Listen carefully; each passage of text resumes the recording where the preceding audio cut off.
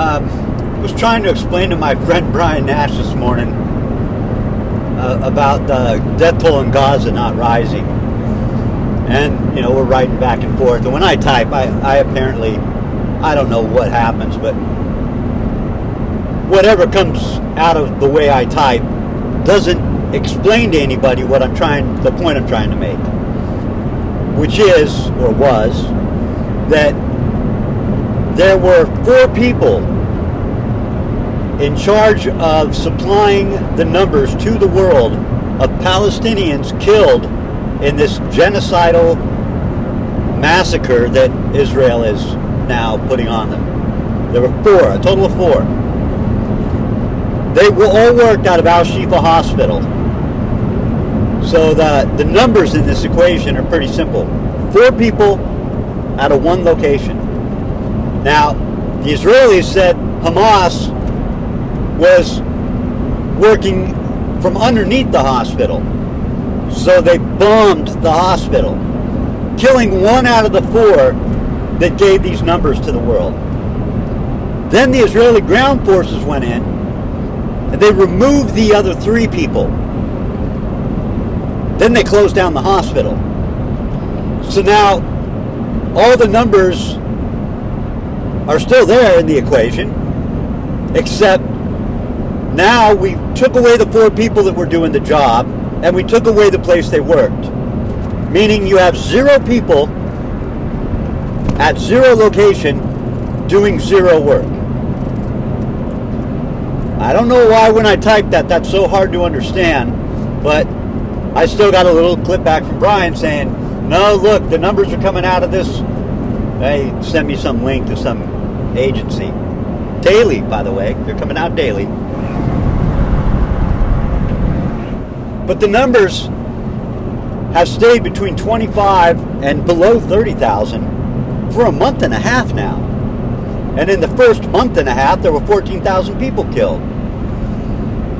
Now, nothing's changed on the Palestinian side. They still have no electricity,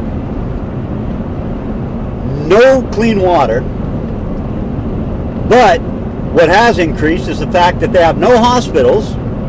They went from 1 to 0. They have no weapons to fight back, for the most part. Not an average Palestinian, maybe a Hamas militant that lives underground has an AK-47, but the average Palestinian is not allowed to own a weapon or ammunition. And if they're caught with it, they're probably killed instantly. So they basically are a people confined to a little area with no water, and no food, because the food is all on trucks parked outside the Al Rafah gate. You can Google it. There's a line of, hundreds of trucks waiting to get in there to supply these people with just the basic food stuff to live. And they're all living in a disease-ridden camp that they've been forced to, which the Israelis are soon going to, I guess they're waiting for them to get weaker, if that's even possible, before these fucking cowardly chicken shit Jews go in and slaughter the rest of these Palestinians. But the numbers of dead people in any conflict are going to go up naturally, usually on both sides, but in this case, on one side. When you have people with no water, no electricity, no houses, they're living in tents, no hospitals, no medicine, and no weapons.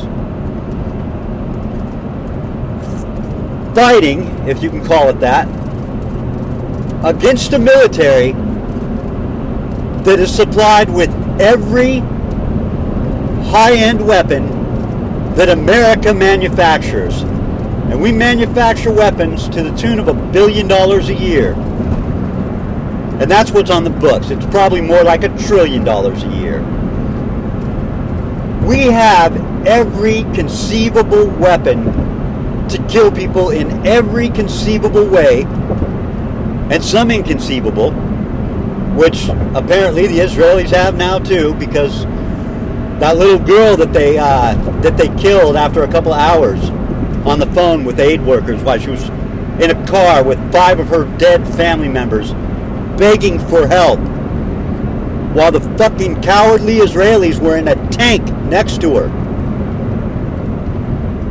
And then they finally killed her. But when the ambulance showed up to help her, they somehow used some kind of fucking energy beam weapon on it, and they incinerated the fucking thing. That's a weapon that we don't have on the books, I don't think. I don't know if ray gun is on the books of the military weapons we do have, but apparently we do, because it was given to the Israelis, because they didn't make it. Those cowards only make software. The mightiest Israeli hero, soldier, patriot, whatever, is some guy that sits and writes code that allows them to spy on somebody else's phone and, who knows, maybe grind the precious metals off of coins that don't have ridges on them or something. I don't know. But anyway, they don't make weapons there.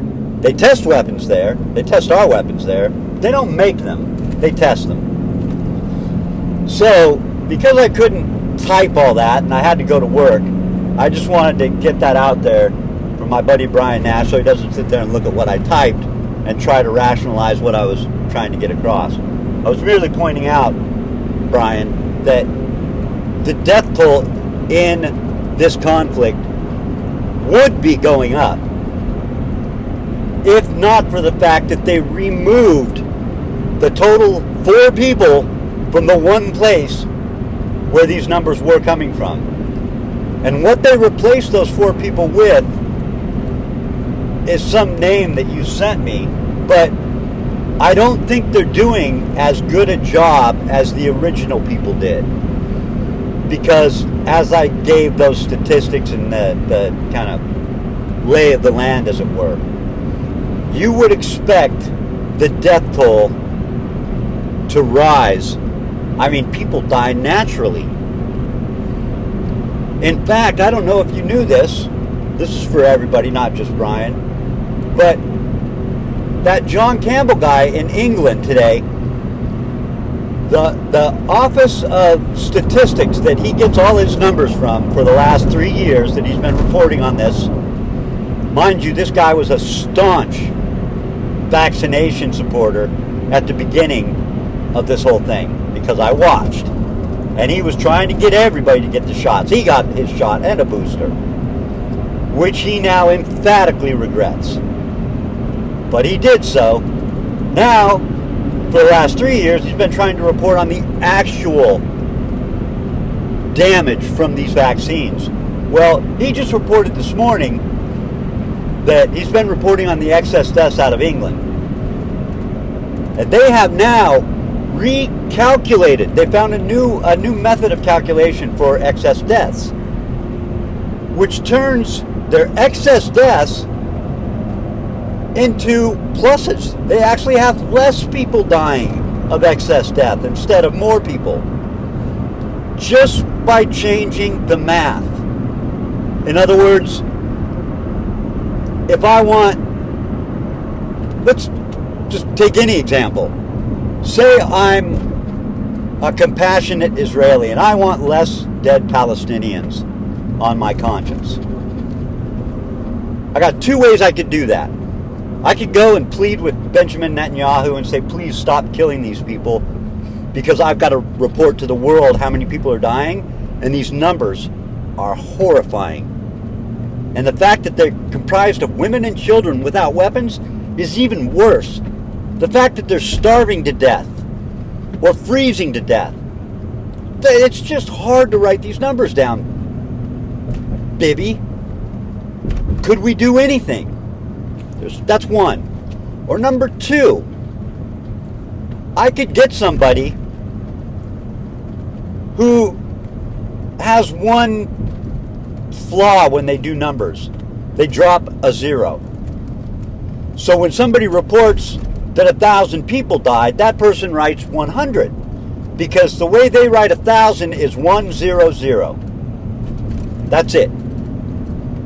That would significantly, by, I think, 90% lower the daily death toll. Just by hiring one person, because I've killed the other 4. So I hire one person who just drops a 0. Everything else, they can eat with a fork without poking their eyes out. They drive a car. They're married. They have, 2 little genocidal maniac children. They're normal in all respects, as far as, they go. But they write 1,000 differently. They write it with one less 0. I'm not going to go and plead with Netanyahu. If my only goal is to lessen the horrifying statistics I've got to report to the world, fucking count me in. I'm getting the guy that writes 1,000, 100. And I've just cut the death toll by 90%. I feel better. I could go home to my 2 genocidal little maniac children and my probably genocidal maniac wife, and have whatever genocidal maniacs eat for dinner and feel good about myself. But barring giving the Palestinians food and arming them and maybe giving them housing and a military, that'd be something to lessen the death toll on the Palestinian side. An armed military. But if I don't give them any of that, the death toll is going to continue to rise. It's going to have to. Just by natural fucking seconds turning into minutes, which turn into hours, which after 24 of them you got a day. You're gonna have more dead people. Yet the statistics coming out of Gaza have surprisingly not gotten higher. That's what I was trying to explain. Just see why I can't type it. I can't even say it in 5 minutes. Anyhow, that's it. Getting to work now.